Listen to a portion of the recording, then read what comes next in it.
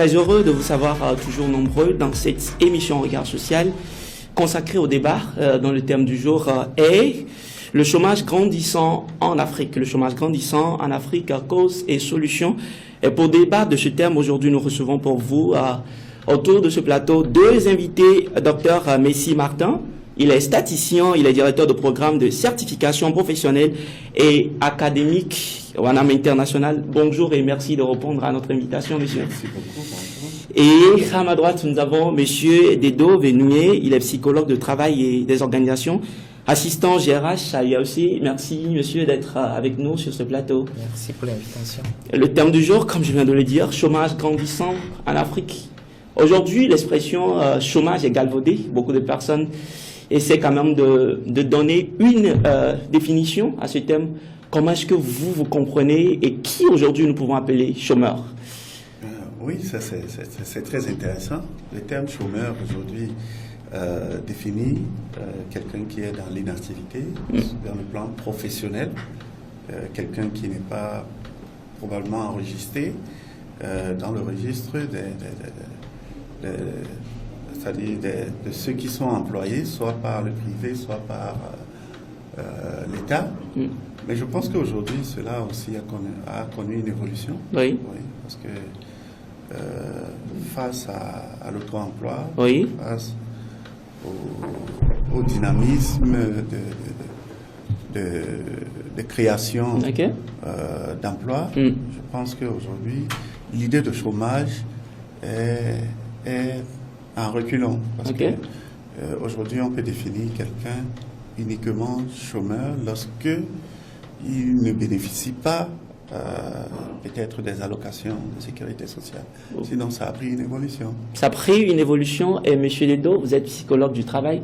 Aujourd'hui, quand on parle du chômage en chômeur, qui peut-on vraiment attribuer l'expression chômeur? Alors, merci, c'est une très très belle question. Parce que cette définition est plus ou moins ambiguë. On ne peut pas dire ça, mais le commun des mortels se demande pourquoi, sur le plan statistique, quand les gouvernements ou bien quand les pays donnent le taux de chômeurs dans le pays, c'est très faible. Oui. Ils ne comprennent pas. Au fait, on se base très souvent sur la définition du BIT, le Bureau international du travail, qui, dans sa logique, depuis l'évolution de ces textes, entre 1897 et 2000, ils ont défini le statut de chômeur comme étant quelqu'un qui ne cherche pas réellement un travail. Étant donné que il y a un caractère ou bien des activités spécifiques à un chercheur d'emploi. Donc, ils ont, pour identifier les chômeurs dans un pays, ils se sont basés sur, ou bien se basent toujours sur une semaine, dite semaine de référence. Donc, c'est dans cette semaine-là qu'une recherche ou bien une enquête est appliquée. Et on essaie de voir sur 6 points si la personne répond ou non. Parce que quand on prend quelqu'un qui est chômeur, premièrement, c'est que la personne se rapproche des institutions de l'État qui offrent du travail. Exemple de l'ANPE. Cette personne peut également se rapprocher des privés. On peut parler des intérims. Ou bien cette personne lit la presse du côté des offres d'emploi. Ou bien tout ce qu'il trouve en rapport avec l'emploi, il lit. Ou bien encore que cette personne envoie des demandes d'emploi ou bien demandes de stage, etc. Maintenant, quand dans cette semaine-là, dite semaine de référence, et on applique ces questionnaires aux dites chômeurs, on s'en rend compte qu'il y en a qui vraiment ne font pas, n'ont pas ce genre de comportement, qui dit qu'ils sont chômeurs. C'est pour cela que quand vous voyez par exemple l'enquête CAP du Togo, l'enquête CAP, ça a été menée en 2013-2017. En 2011, ils avaient dit le taux de chômage au Togo est égal à 6,51. Vous et moi, vous savez bien que c'est pas ça réellement. Mais statistiquement, oui, c'est vrai. Parce que quand on prend les 6 points du programme de la BIT et du Bureau international du travail, oui, ils ne sont pas chômeurs. Donc réellement, le taux de chômage est il faut une définition spécifique pour que les gens puissent comprendre. Voilà. Oui, il y a beaucoup de personnes, monsieur Messi, il y a beaucoup de personnes qui disent aujourd'hui qu'une personne qui a des sources de revenus, on ne pourra pas l'appeler chômeur même s'il n'a pas un emploi fixe. Est-ce que vous partagez cette manière de penser? Oui, bon, comme vous savez, nous évoluons dans le cas du chômage, on évolue à base des indices. Oui. Vous savez, des indices, si on part par rapport au PIB, et aussi par rapport à d'autres facteurs que je vous développerai plus tard. Lorsque le PIB par individu n'est pas à l'équivalence réelle, bon, celui qui touche un PIB inférieur à ça, je pense que pour le Togo c'est autour de $600 ou bien, voilà, peut être déclaré comme quelqu'un en manque de revenus. Je pense que c'est l'élément qu'il faut voir. Maintenant, s'il faut l'observer en termes de prestations, d'activités, évidemment, sur ce point-là, tous ceux qui ont leur activité manuelle, professionnelle ou privée, qui n'est pas répertoriée, ne sont pas nécessairement des chômeurs. Vous voyez, je prends un exemple très simple. Nous avons nos mécaniciens. Vous voyez, il quitte chez lui, il va travailler. C'est parce qu'il n'est pas répertorié, on ne connaît pas son PIB. Peut-être ce qu'il gagne, on ne connaît pas. Mais à ce stade, celui-là est répertorié comme un chômeur. Parce que l'indice qu'il présente, l'indice répertorié par rapport aux 6 points, indique qu'il n'appartient pas à la catégorie. Mais il fonctionne normalement. Vous voyez, il gagne sa vie avec son métier, mais c'est parce qu'il n'est pas répertorié, c'est parce qu'il n'est pas listé parmi les indices d'appréciation du BIT qu'il est déclassé. Donc, il faudra un peu faire attention aujourd'hui par rapport à l'approche qu'on donne à ça. Nous avons des individus qui s'auto-emploient, qui gagnent des sources de revenus, qui ne sont pas référenciables.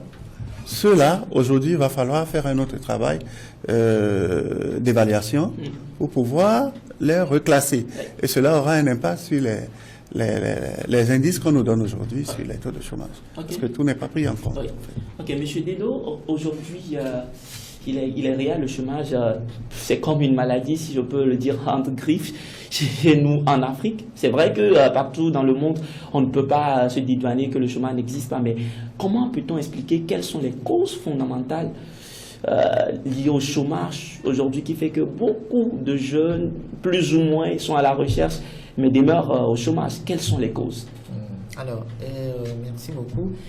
Je voulais d'abord revenir sur l'intervention de mon collègue. J'ai trouvé ces idées très très intéressantes. Je voulais compléter en disant que, au fait, quand on prend quelqu'un qui est conducteur de moto, la personne va dire j'ai un master à l'université, je n'ai pas trouvé du travail. Exactement. Là, il va dire qu'il est chômeur. Alors qu'au fait, sur les 6 points, il n'est pas chômeur. Parce que chaque jour, il se lève, comme il a dit, il se lève et il travaille. Mais lui, il va dire, je suis chômeur. Au fait, il faut mettre la différence entre être chômeur et être sous-exploité, c'est-à-dire le sous-emploi. C'est ça. Donc, il y a une différence entre les deux. Ce n'est pas parce que vous êtes ingénieur que vous ne faites pas le travail d'ingénieur que vous êtes chômeur. Non. Parfait. Voilà. Donc, il y a une différence entre les deux. Et c'est la plupart du temps ce que les gens ne comprennent pas. Et quand on dit le taux de chômage dans tel pays est de tel, on dit non, que c'est quel calcul ils ont fait, que c'est pas vrai. Au fait, c'est ça. Bon, maintenant, je reviens à votre question, les causes. Vraiment, il y a plusieurs causes. Vraiment plusieurs causes. Premièrement, moi, je vais toucher l'aspect politique et économique.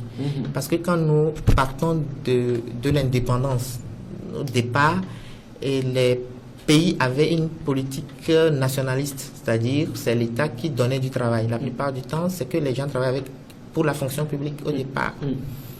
Et à un moment donné, l'État n'arrivait plus à absorber tous ces diplômés et autres. Et c'est à partir de là qu'on a commencé par promouvoir, déjà à privatiser et également à encourager l'aspect privé de l'initiative. Là, c'est l'aspect politico-économique. Maintenant, le second point, selon des études, il y a également l'aspect démographique.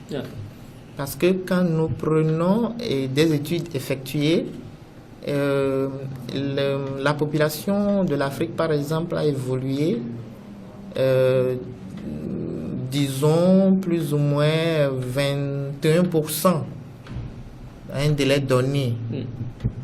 Mais, au même moment, l'emploi également, il y a eu des emplois jusqu'à 23%. Mais concrètement, quand on voit les chiffres en termes de population, et la population avait augmenté de 96 millions de personnes, alors que l'emploi était de 50 et quelques millions. Ce qui fait qu'il y a vraiment une différence, sans oublier que chaque année, près de 18 millions de jeunes diplômés rentraient dans le marché du travail. Oui.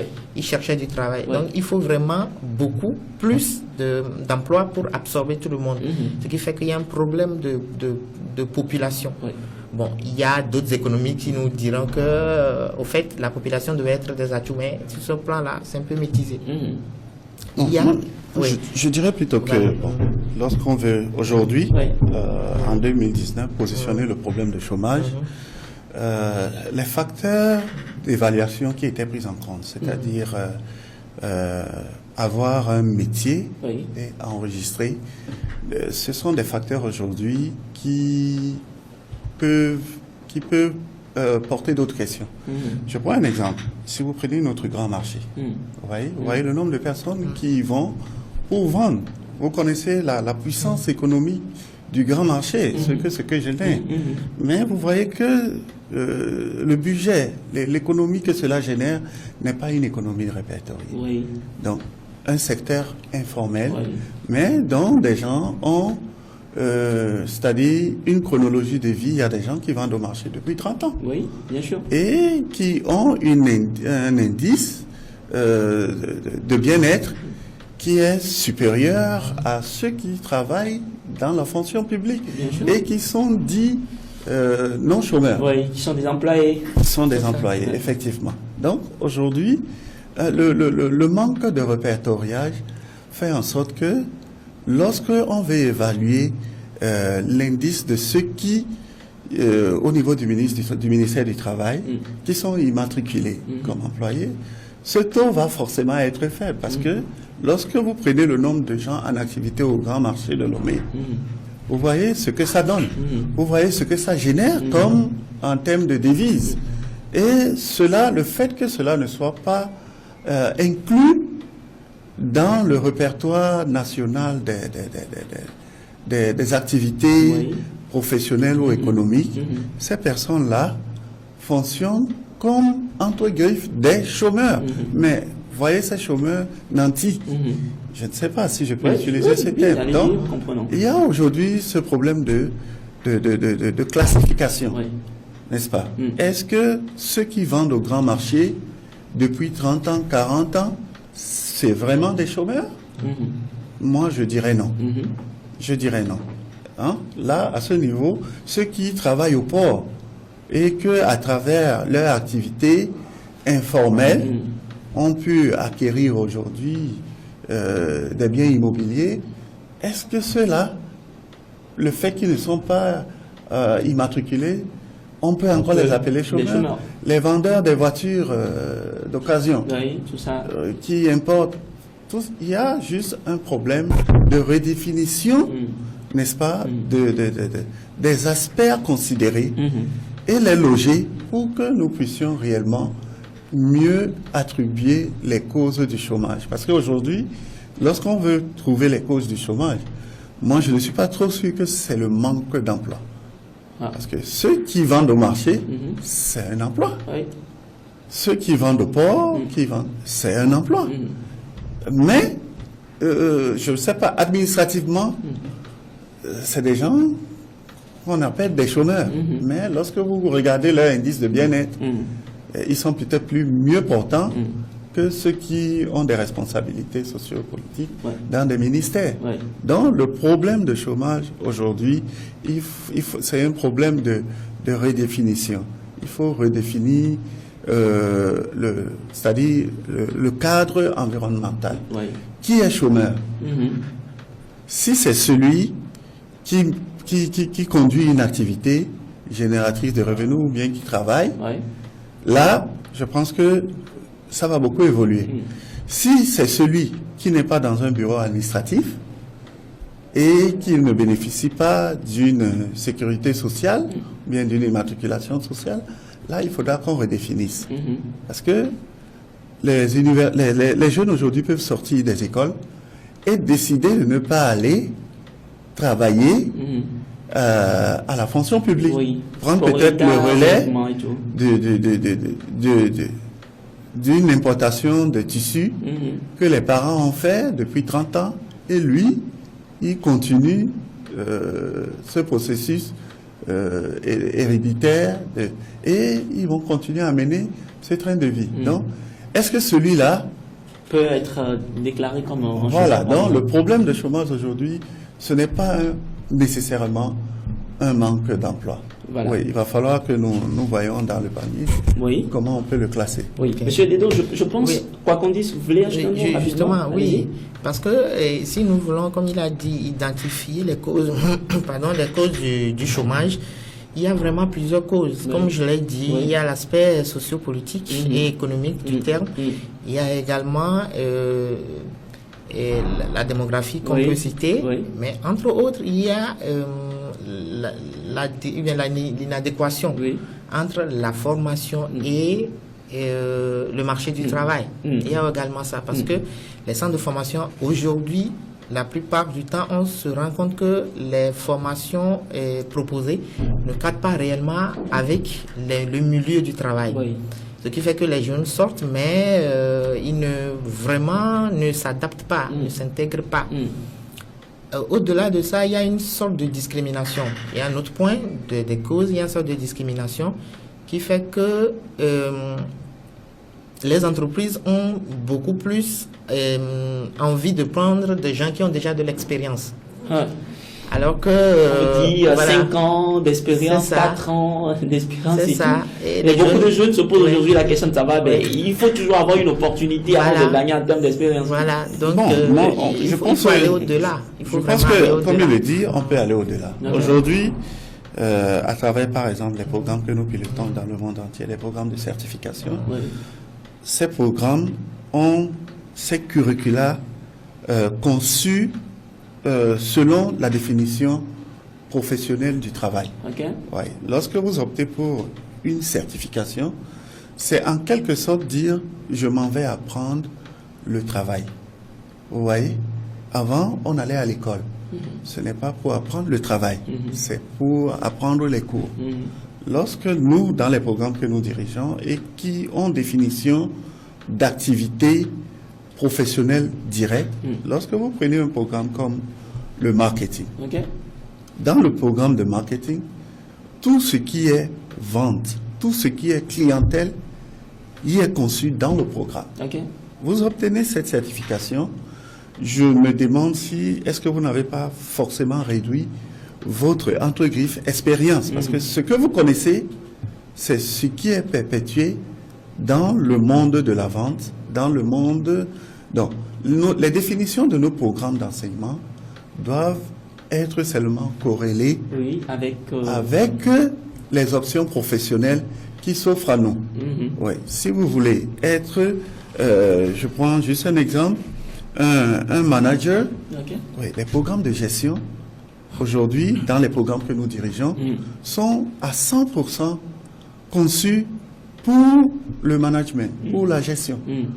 Vous n'aurez pas à aller apprendre des choses que vous n'allez pas trouver dans l'exercice. Donc, je pense que, entre-temps, nous n'avons pas cette perspective-là de directement cerner est-ce que je vais avoir un diplôme ou bien je vais travailler. Aujourd'hui, il y a cette question qui se pose. Tu peux avoir un diplôme, mais tu ne travailles pas. Ouais, alors, pour travailler, il faut montrer des compétences. Oui.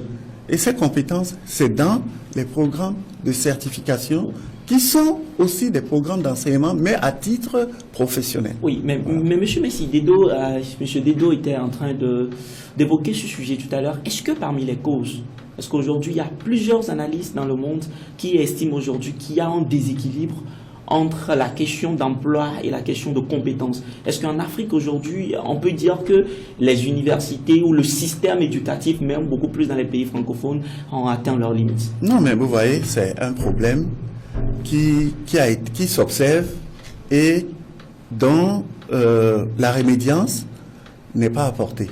Ça fait pratiquement 20 ans où je peux vous dire que les cours de nos universités n'ont pas changé.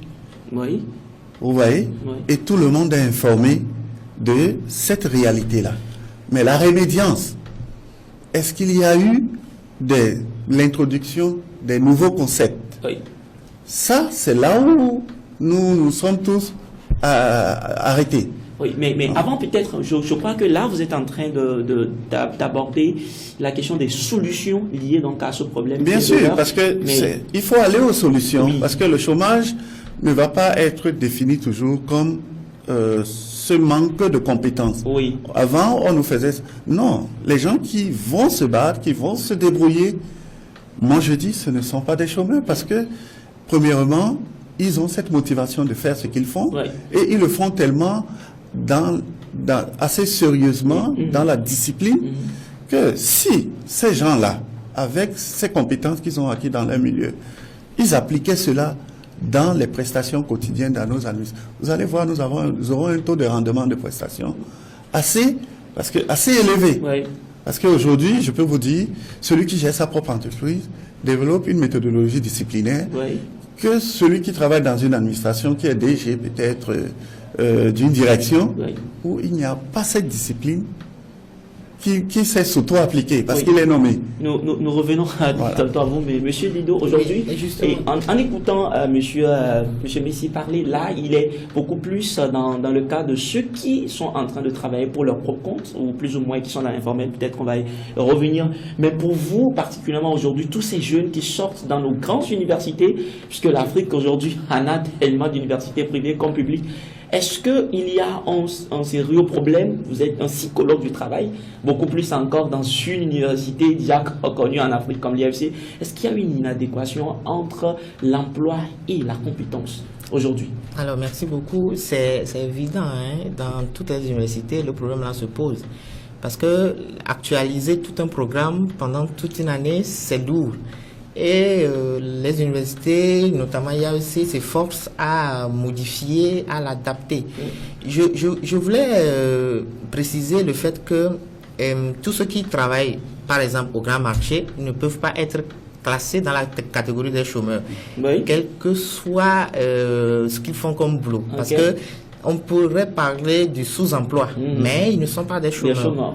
Mais nous parlons de ceux-là qui sont réellement des chômeurs, oui. Et qui sont classés par rapport aux 6 points du Bureau international du travail. Okay. Maintenant, un autre côté, c'est le problème d'entrepreneuriat. Parce que la plupart du temps, quand vous allez, j'ai beaucoup travaillé avec le ministère de l'enseignement primaire et secondaire, notamment le centre d'enseignement d'orientation, et quand vous allez dans les lycées, dans les collèges et dans les lycées, et vous posez la question aux jeunes, et qu'est-ce que vous voulez faire plus tard? Toujours, c'est de travailler pour quelqu'un. Voyez-vous, ils ont toujours la réponse là qui dit, je vais travailler ici, je vais travailler là-bas, mais la plupart du temps, nous, on aimerait entendre, je veux créer mon entreprise, je veux faire ceci. Ce qui fait que quelqu'un qui crée son entreprise ne sera jamais chômeur. Ça, c'est évident.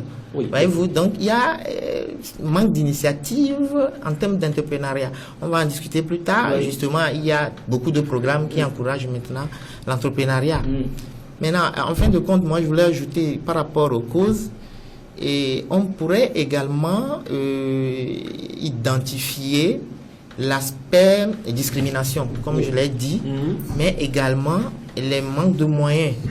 Parce qu'il y en a qui peuvent faire mieux, mais ils se disent il n'y a pas les moyens pour apprendre à faire quelque chose. Et quand on sera sur le côté solution, on va en discuter. Peut-être c'est d'avoir une législation qui encourage, qui facilite, qui se penche sur les problèmes des jeunes sur le plan du moi je voulais ajouter juste voilà. Par rapport à, pour illuminer un peu ce que nous disons. Vous voyez, les plus grandes fortunes africaines ne sont pas des fonctionnaires. C'est ça. Les plus grandes fortunes africaines, c'est des autodidactes. Je peux même dire dans le monde. Je n'ai jamais vu un fortuné qui est fonctionnaire. Moi, j'ai jamais vu.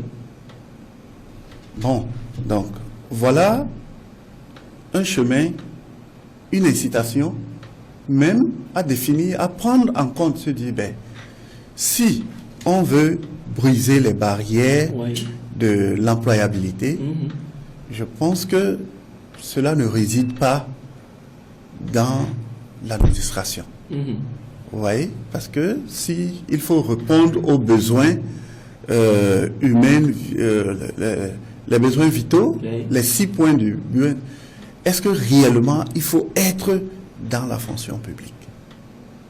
Parce que c'est assez clair. Aujourd'hui, la plus grande fortune africaine, entre guillemets, peut-être je peux me tromper, Aliko Dangote n'a jamais fait un ministère, n'a jamais fait un bureau.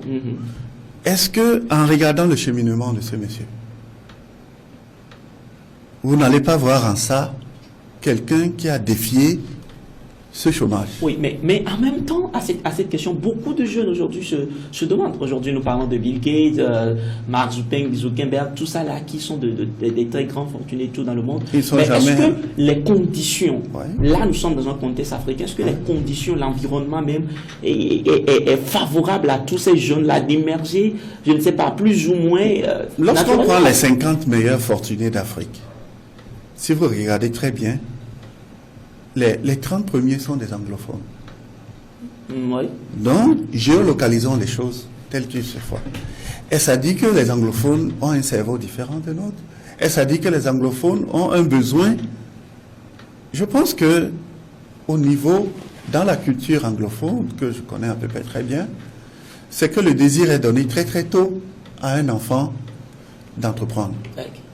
Très très tôt. Vous comprenez? Ouais, l'enfant ne cible pas.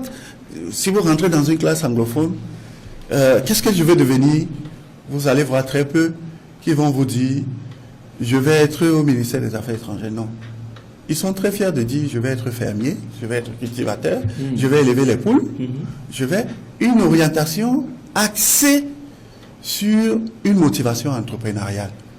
Et de cela, nous voyons que cela émerge parce que ces gens, les 30 premiers fortunés, sont des gens qui se sont faits à base de cette motivation tout petit. Parce qu'il faut vraiment être endurant. Alors, lorsque vous regardez la mentalité francophone, où c'est comme s'il y a un refus catégorique de s'auto-employer, c'est-à-dire d'entreprendre. Il y a un refus. C'est comme si c'est pédagogique. On te dit dans la base... Il nous le dira tout à l'heure si c'est réellement... Voilà, pédagogiquement, écoute, c'est-à-dire entreprendre, c'est un frein. Mais on voit aujourd'hui que ceux qui ont entrepris, c'est ceux qui ont brisé aujourd'hui le mythe de bien-être. Est-ce que ce n'est pas un exemple à suivre? Est-ce que ce n'est pas une innovation à apporter aujourd'hui, très tôt, à nos enfants qui, dès l'école, qui pensent que très tôt ils disent, oh, je vais être comme papa. Alors que papa, papa est un fonctionnaire à 6 chiffres. Mais il ne se définit pas que, mais écoute, est-ce que tu sais combien de chiffres papa a à la fin du mois? Ça fait 6 chiffres. Mais très peu vont te dire, ah non, je veux être un grand homme d'affaires. Je veux...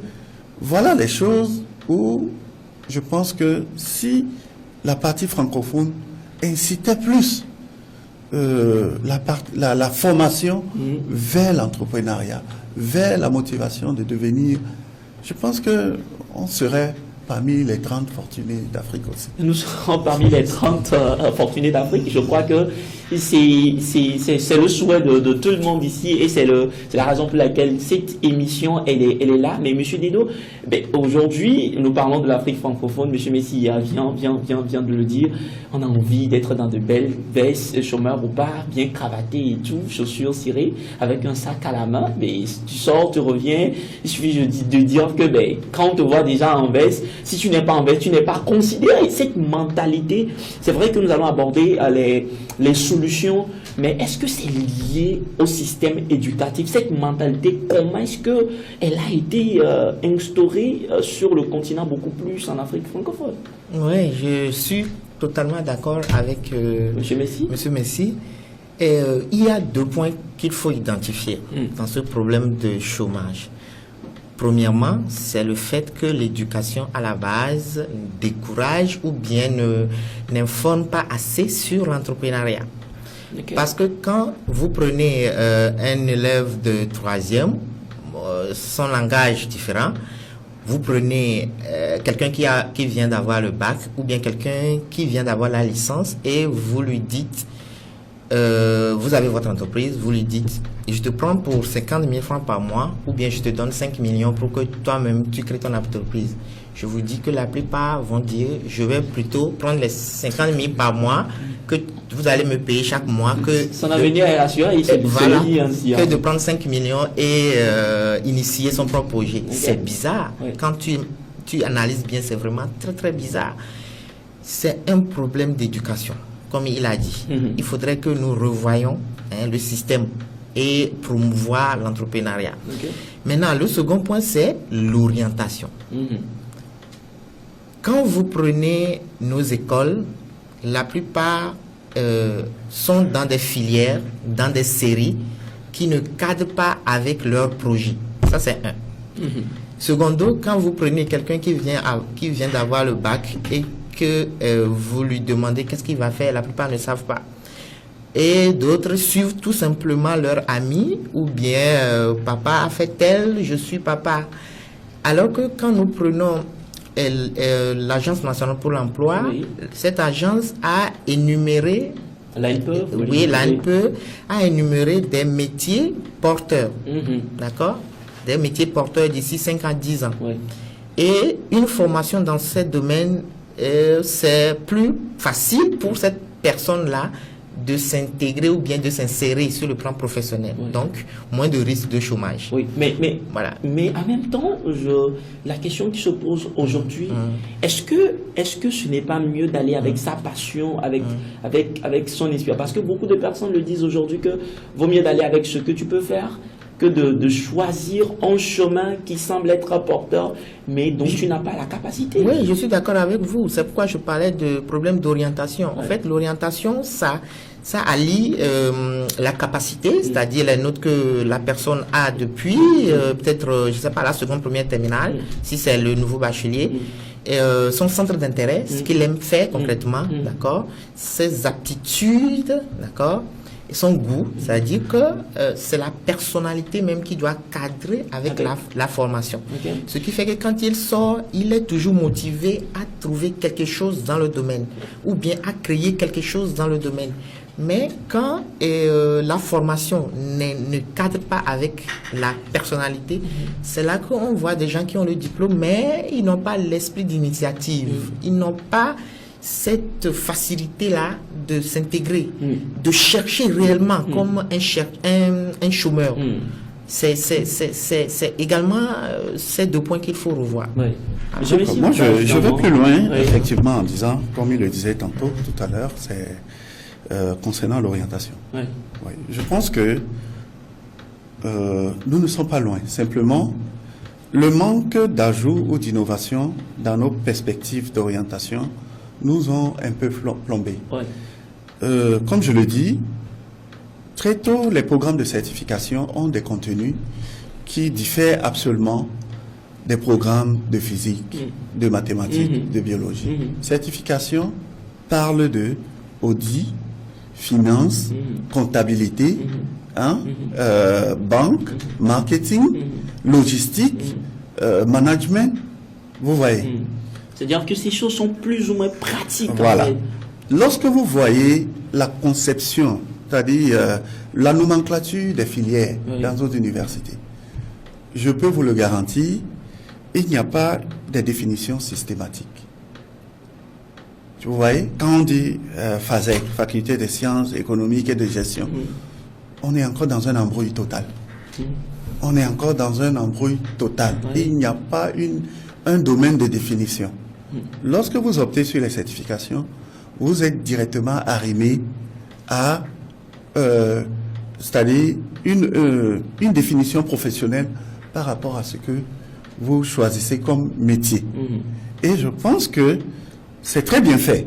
Dans des pays anglophones, ils allient les deux, c'est-à-dire certification, qu'ils considèrent aussi comme élément répondant à même pour être qualifié professionnellement. Je donne un exemple. Dans un pays anglophone, lorsque vous avez une licence en audit et que vous avez une certification en audit, ils vont vous dire que c'est la même chose. Ils vont vous dire, ils diront même que celui qui a la certification en audit a même une avance, parce qu'il est sûr que le programme qu'il a suivi contient beaucoup d'éléments unitaires. Or, quand tu vas voir celui qui a eu le diplôme en audit, c'est sûr qu'il est allé faire des choses comme droit. C'est sûr qu'il est allé faire des concepts économiques qui n'étaient pas vraiment très très importants, mais qui étaient seulement des coefficients suivants. Or, ces choses-là, c'est qu'il pouvait densifier ça, faire son truc unitaire et être un cadre. Les certifications sont nivellées. Nous avons un problème d'appréciation dehors parce que, étant issus des systèmes généraux, nous pensons que avoir un doctorat n'a pas une équivalence dans les certifications. Dans les certifications, le doctorat correspond au niveau 8. Donc, on dit certification niveau 8. Vous savez que certification niveau 7, c'est au master. Certification niveau 6, c'est la licence. Donc, aujourd'hui, il faut simplement, la différence, c'est que dans les certifications, il y a la définition professionnelle unitaire. Quand vous faites finance en certification, vous n'allez jamais faire droit.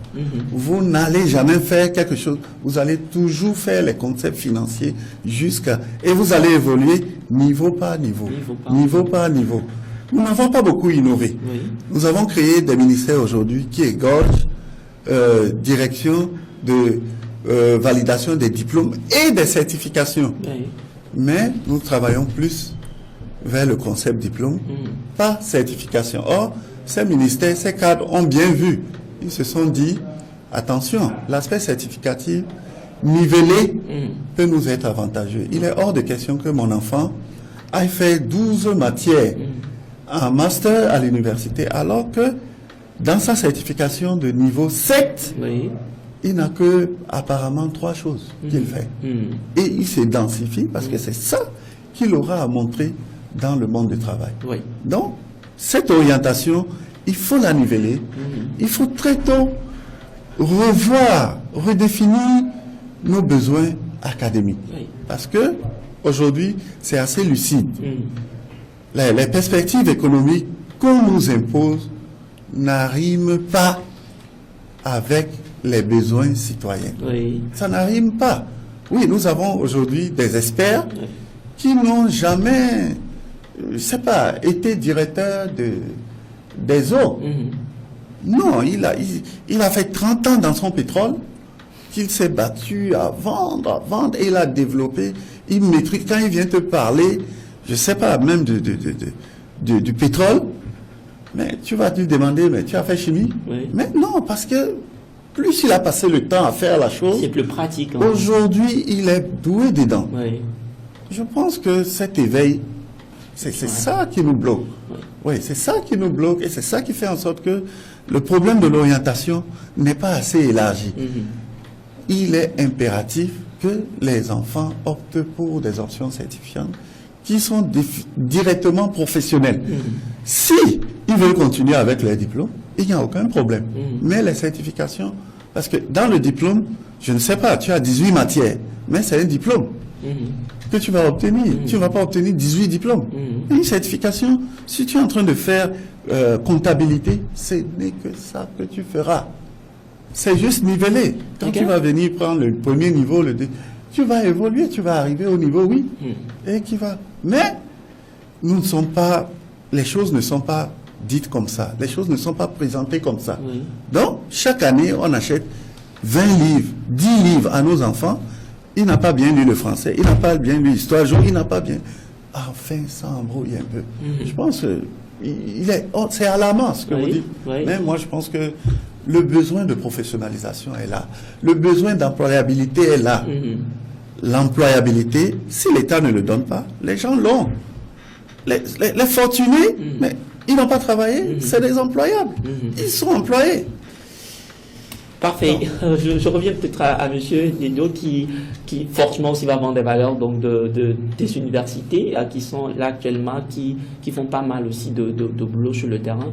Mais la question qui demeure toujours dans l'esprit de beaucoup de jeunes, aujourd'hui en Afrique, nos premiers sources de revenus en tant que jeunes qui rentrons à l'université et tout, c'est les parents. Et la chose est telle que papa te dira, ben, choisis ceci, fais cela. Parce que en faisant ça, c'est ce que j'ai fait, je suis devenu ce que je suis aujourd'hui. Et si tu veux pas le faire, alors débrouille-toi. Mais comment est-ce qu'on peut vraiment arriver? C'est vrai, nous parlons d'orientation et tout, mais on a comme l'impression que les parents ont un rôle important dans le choix de leurs enfants si nous voulons réellement rester toujours dans l'optique de l'éducation. Voilà. Alors, je suis très content d'être ici, d'accord, pour débattre de ce thème-là. Parce que j'ai, comment dirais-je, espoir qu'il y en a qui nous suivent réellement et qu'ils vont pouvoir l'utiliser pour évoluer. Vous voyez, quand nous prenons les universités actuellement, la plupart acceptent les étudiants compte tenu de ce qu'ils ont dit qu'ils veulent faire. OK? Mais il y en a de ces universités comme la nôtre, l'Institut africain d'administration d'études commerciales, l'IAEC, il n'y a pas d'étudiant qui n'a pas été orienté très spécifiquement.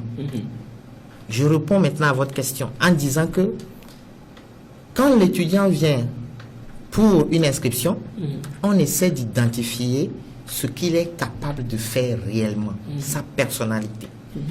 Quel est le métier qui cadre avec sa personnalité? C'est là que mon collègue parlait de certification. Voyez-vous, les diplômes actuels, licence, master, doctorat, il va falloir choisir une filière avant d'évoluer dans ce système-là. Et il va falloir que la filière cadre avec soi. Maintenant, nous, depuis 2 ans déjà, nous avons créé un département d'orientation qui consiste à réellement écouter l'étudiant. Et quand l'étudiant a un choix qui est en adéquation ou bien qui ne répond pas aux objectifs des parents, on fait venir les parents. Et là, on discute avec l'étudiant. Après, on discute avec le parent. Et en troisième position, on est ensemble, nous trois, pour expliquer la nécessité pour l'étudiant d'être dans une formation qu'il aura choisie et non dans une formation que le parent aura choisie. C'est pas parce que c'est le parent qui dépense de l'argent, mais c'est pas le parent qui va être sur les bancs et apprendre chaque jour. Mais concrètement, si le parent refuse? Non, je vous comprends, mais la plupart du temps, c'est que les parents n'ont pas compris la nécessité que la filière ou bien le métier répond à la personnalité de leur enfant. Une fois que, parce que l'orientation, c'est pas seulement la parole, c'est une application, c'est pratique. Il y a l'étude des bulletins, d'accord? Il y a les tests psychotechniques, il y a les questionnaires d'intérêt professionnel. Tout ça là ensemble, ça prouve aux parents avec des résultats. C'est pas de la parole, c'est pas qu'on discute seulement avec le parent ou bien avec l'étudiant. On montre par A plus B il y a des preuves devant lui. Voilà, que la filière là, que le métier là cadre le mieux avec votre enfant. Voilà les preuves. Et vous-même, enfin le parent même, la plupart du temps, les parents même témoignent qu'effectivement, à la maison, voilà ce qu'il fait, voilà ce qu'il fait. Il se peut que quand notre ventilo ne marche plus, mais rapidement, il déboîte et il dit ce qui ne va pas, alors qu'il n'a pas fait ça. C'est là qu'on peut venir à la certification, voyez-vous. Donc, l'orientation et le problème d'inadéquation entre la filière choisie et la personnalité est de mise. Il faudrait aller au-delà, vraiment l'appliquer pour que ce problème de chômage également trouve une solution. Monsieur Messi, nous sommes en train d'aborder là déjà les solutions liées donc à cette question de chômage grandissant. Aujourd'hui, comment arriver à faire comprendre, je sais pas, à tous ces parents, à toutes ces personnes qui nous suivent donc dans cette émission que il faut quand même arriver à donner la chance. Il y a beaucoup qui sont des fortunés, comme vous venez de le dire, des fois qui n'ont même pas peut-être fréquenté. Et comment arriver à inculquer ça dans l'esprit de tous ces parents, de tout ce beau monde-là qui nous suivent, que donner la chance quand même aux jeunes de faire des choix en adéquation avec leur propre aspiration. Je vous jure, je peux répondre mieux à votre question. Je vous dis, l'idée de l'entrepreneuriat répond à deux choses. Okay. Il y a la perception et il y a les attentes. Dans ces deux formules, perception et attente, les parents sont situés dans la deuxième, c'est-à-dire attente. Ok. Vous voyez, cette table où nous sommes assis, je vous jure, si vous rentrez dans la genèse de cette table, c'est probablement quelqu'un qui s'est arrêté au CM1 qui l'a conçu. Mais aujourd'hui, cette table est ici, un lieu d'élite. On ne voit pas que, mais ça c'est un produit d'une perception. Oui. Cet enfant, s'il n'avait pas développé une envie d'être un menuisier, d'être un créateur, d'être quelqu'un qui a une passion sur concevoir des choses, il n'allait jamais, parce que cette table-ci, on ne la fabrique pas si on n'a pas une passion. Ça, je vous l'ai dit. Donc, l'idée de la passion, c'est ça même qui met les parents absents. La passion de l'enfant, la passion de l'étudiant, où est-elle? On ne l'a jamais prise en compte. Lorsqu'on ne prend pas en compte la passion, on est désorienté. Oui, mais est-ce que c'est facile lorsqu'un enfant dit aujourd'hui je vais être un menuisier, être un mécanicien? Bon, vous savez... Oui, dans notre contexte, on se dit, mais à quoi est-ce que ça va finir? Voilà le temps qui nous rattrape. Oui. Mais ces choses n'étaient pas des sous-titres. C'est des choses aujourd'hui qui nous rattrapent. Être menuisier doit être un rêve. Être un électricien doit être un rêve. Mais voilà les choses qui nous rattrapent aujourd'hui, parce que on pensait qu'il y avait mieux. C'est être directeur de la BCAO. Ça là, c'est pas... Il n'y a aucun rêve dans ça. Mais être... Excusez, je prends un exemple. Ouais, allez-y. Footballeur. Moi, je pense que ça doit être un rêve. Ouais. Celui qui a ce rêve-là, mais vous n'allez pas l'encourager à vivre de son rêve. Vous voyez aujourd'hui, tous les nantis vous disent, j'ai vécu mon rêve. Mais vous ne vous êtes jamais dit, mais dis donc, non, il a eu la solution à sa vie. Nous sommes là, nous sommes en train de chercher nos rêves. Oh, nous avons nos rêves à nous. Oui, moi, j'ai vécu mon rêve. Mon rêve, c'était d'être pilote. Je rends grâce à Dieu aujourd'hui que le monde entier, à travers la statistique et les certifications, ont reconnu. Mais ce n'est pas tellement utilisé, c'est utilisé en Europe. Moi, c'était mon rêve. Combien de nos enfants nous encourageront à vivre leur rêve? Quand tu le vois aujourd'hui aller au terrain de football, tu le traites de délinquant, que c'est un bandit. Il ne veut pas étudier.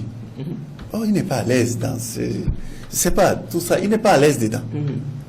Investissons dans nos rêves. Voilà Monsieur Nedo, investissons dans nos rêves. C'est peut-être bon à dire, mais c'est peut-être la réalité, c'est ce qui est normal peut-être à apprendre ou à inculquer peut-être à tous ces parents, à tous ceux qui nous suivent dans cette émission. Mais est-ce que c'est facile? En Afrique aujourd'hui, il y a peut-être 4 frères, 5 frères qui sont derrière toi et on voudrait que tu finisses vite avec je sais pas, à l'université et que tu trouves un petit truc. Tout le monde dit, trouve un petit truc et essaie de nous soulager avec tes parents, avec tes frères qui sont derrière. Que de parler de devenir à Adebayor, on te dira combien de Togolais sont devenus à Adebayor. Allez-y. C'est vrai, vous avez raison, mais il y a un problème quand on explique la relation entre la motivation de la personne et le fait de s'insérer professionnellement et d'éviter le chômage. Le choix est clair. C'est-à-dire qu'une personne qui est vraiment motivée dans un domaine donné, quel que soit le domaine, va exceller dans ce domaine-là.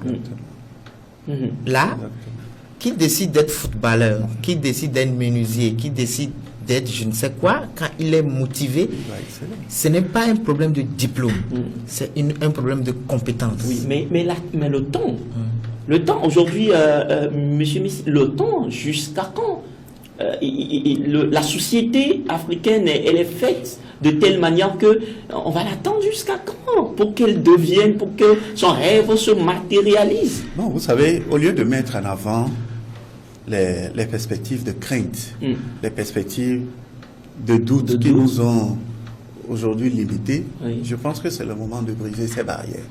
Nous le savons, et comme vous et moi, que certaines choses, 59 ans plus tard, n'ont pas marché. Ça n'a pas marché.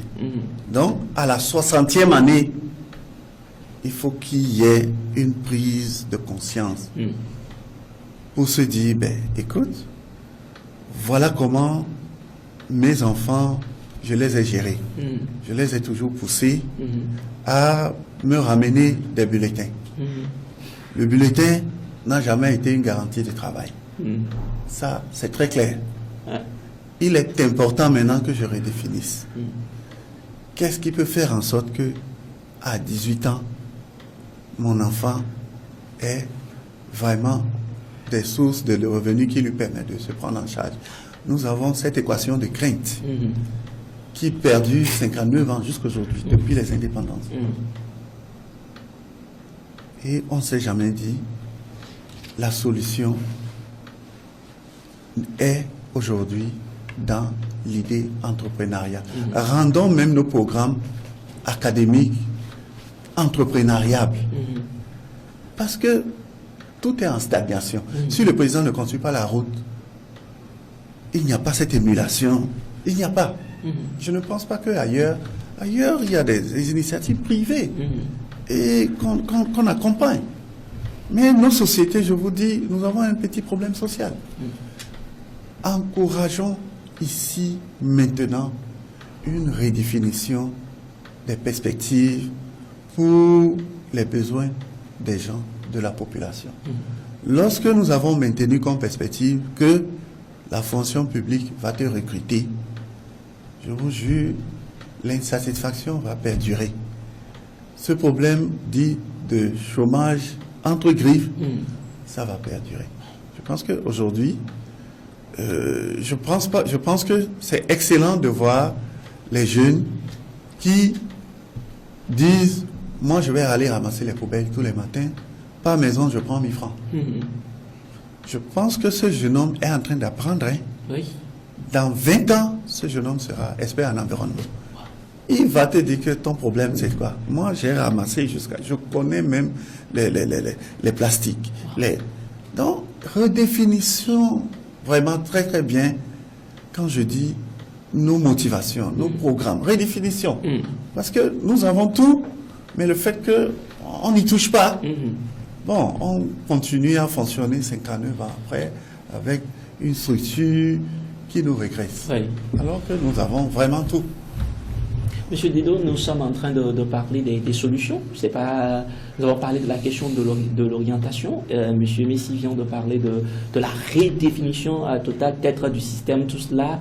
Il a parlé aussi aujourd'hui de la question des certificats et tout, qui sont d'actualité, qui doivent vraiment être pris en compte de la nouvelle mentalité de toute cette génération, de tous ces parents qui nous suivent dans cette émission. Est-ce qu'il y a encore d'autres solutions, d'autres paramètres d'apport de solutions importantes pour pouvoir éradiquer la question du chômage? Alors, bien sûr.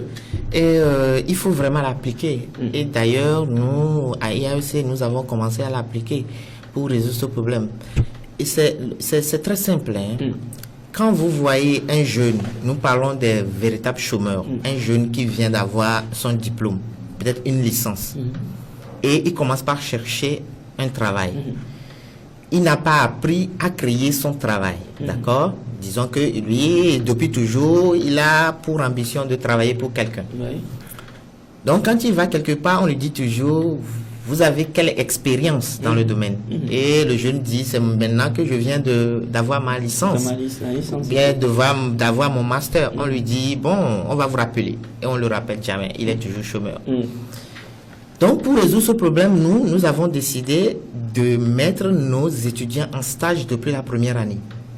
Ça veut dire que depuis la première année et chaque vacances, chaque étudiant, du moins la plupart, sont en stage. Et pour cela, jusqu'à ce que l'étudiant ait la licence, sur son CV, il y aura la partie expérience professionnelle qui lui permet de facilement trouver d'autres stages après son diplôme.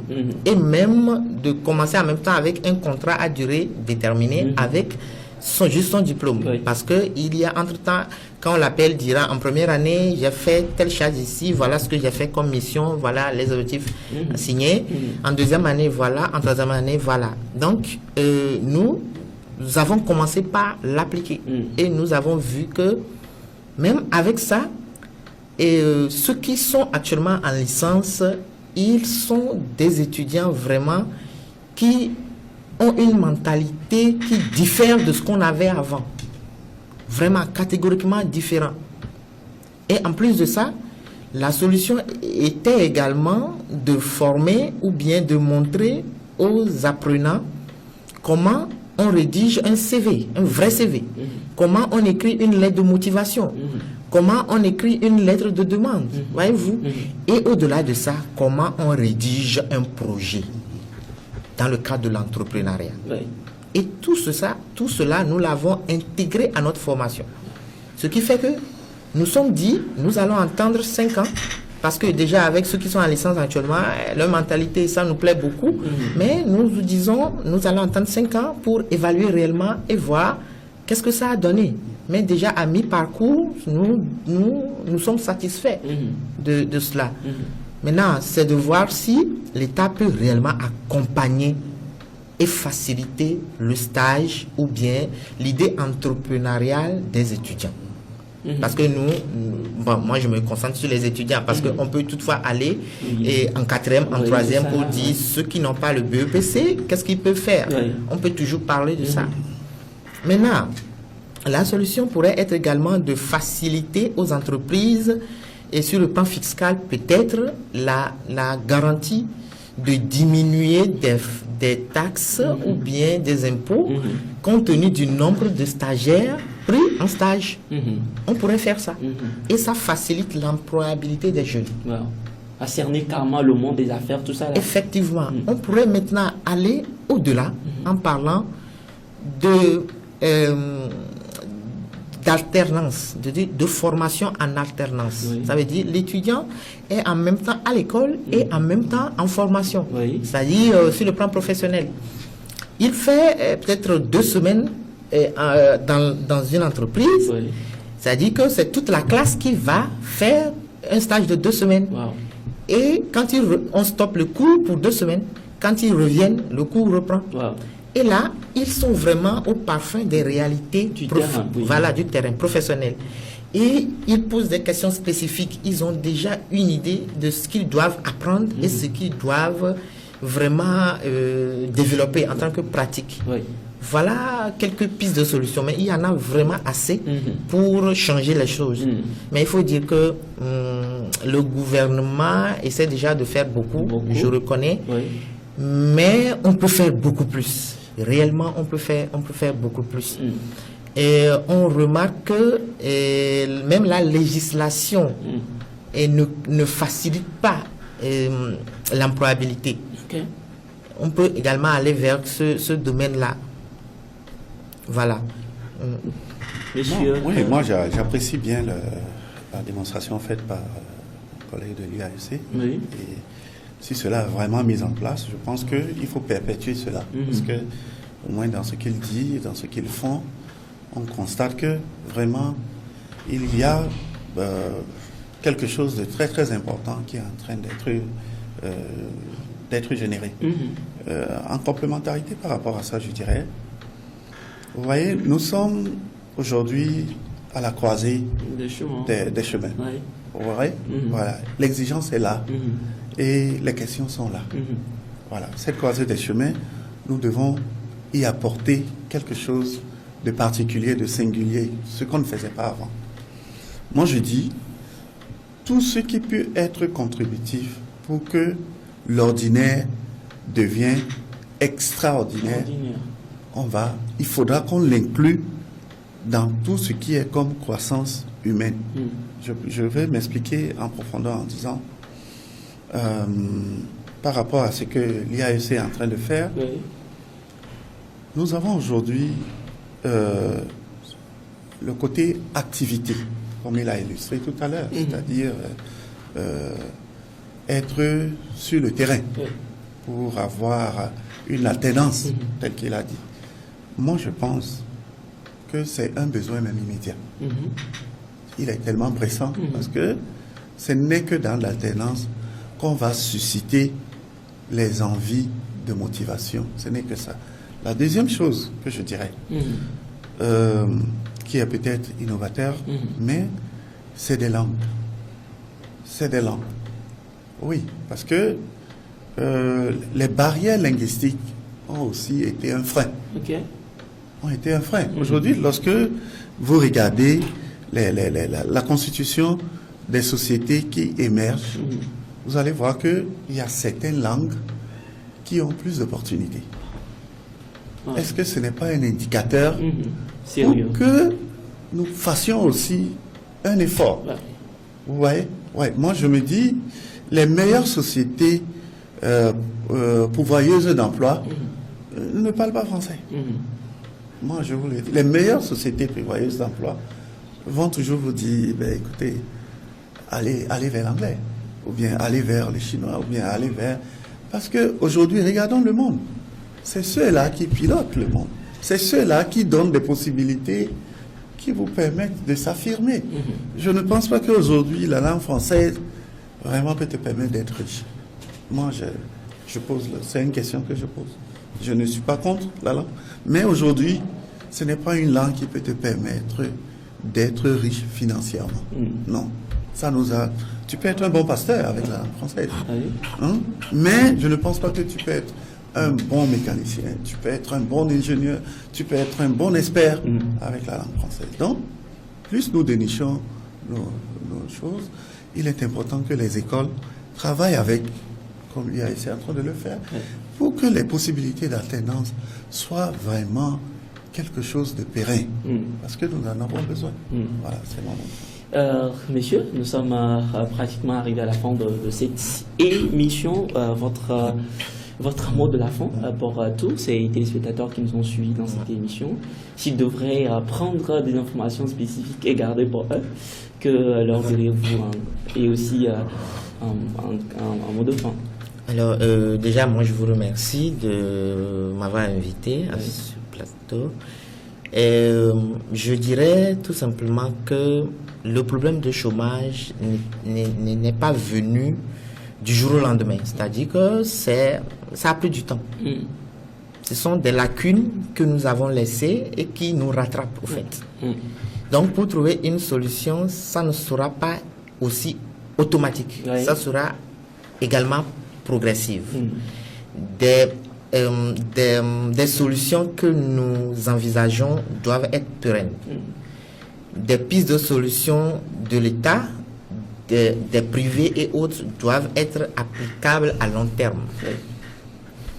Ainsi, il est important aujourd'hui pour chaque parent d'aller vers des diplômes plus pratiques, comme des licences professionnelles, comme des certifications, comme des filières où l'employabilité est plus élevée en termes de métiers porteurs. Et pour cela, il faut se faire accompagner en orientation pour déceler dans votre enfant la capacité de faire telle filière ou telle autre filière, la capacité de s'insérer facilement ou ne pas pouvoir s'insérer. de pouvoir créer son propre emploi ou non. Voilà. Maintenant, il y a aussi le côté gouvernement, le côté État. C'est également, je sais, comme je l'ai dit, il y a des politiques que beaucoup de pays utilisent, notre pays également, notamment le fait de promouvoir, disons, travaux publics ou d'initier où tout le monde travaille, on le fait déjà, d'accompagner les jeunes porteurs d'idées en les finançant, ça se fait. De réellement accompagner les entreprises, les petites et moyennes entreprises pour développer les compétences, mais ça ne se fait pas assez. Il faut aller au-delà. Et pour finir, il faut une bonne gouvernance. Parce que c'est à travers cela que la capacité de chacun puisse se faire voir réellement. Je vous remercie. Merci à vous. Et Monsieur Messi, votre mot de la fin? Bon, moi, mon mot de fin, c'est peut-être un parallèle que je vais faire. Je me dis, aujourd'hui, si vous définissez les activités qui se créent le plus dans nos sociétés, j'en connais une, l'Église. Oui, l'Église, ça, c'est prolifique. Mais moi, je me demande, l'Église, c'est quoi? Je suis un super chrétien, j'adore Dieu. Mais cette prolifération évangélique, mais ça détruit la motivation de nos aides. Les églises sont devenues, je ne sais pas, si nous pouvons avoir, je ne sais pas, une envie de réussir à la dimension des créations des églises, mais vous allez voir que notre société il y a un peu un bousculement. Oui. Moi, les grands diplômés sont des pasteurs.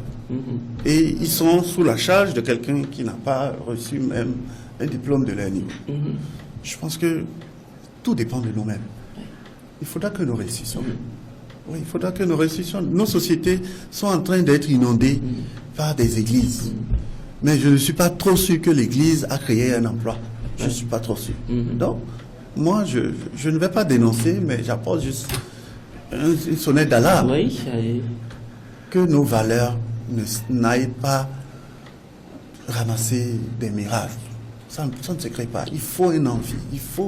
Vous savez, nous avons des basserons, nous avons des terrains, nous avons plein de choses. Créons-nous des envies. L'Église est en train de phagocyter vraiment l'élite. Et vous voyez, un grand cadre, il quitte son bureau, il va à l'église. Écoute, moi, il promeut plus l'expansion de l'Église que l'expansion de sa tâche. Je ne suis pas contre l'Évangile. C'est super. Mais je me dis, nos aptitudes doivent être révélées. Ça doit être notre Évangile. Oui, que la propension des églises, je dis, est en train de rendre beaucoup de fainéantisme au niveau des jeunes, au niveau des universités même. Ça nous détruit sérieusement. Alors moi, c'est mon mot d'appel. Vous risquez peut-être d'avoir un petit problème avec tout, ces prélats, ces pasteurs et tout, juste pour rire. Vous avez tout compris, chers téléspectateurs, nous sommes donc arrivés à la fin de cette émission. Si vous avez aimé, venez nous le dire. Et certainement que nous nous retrouverons encore la semaine prochaine. D'ici là, portez-vous bien et à très bientôt. Si tu vois une église à 5000 personnes,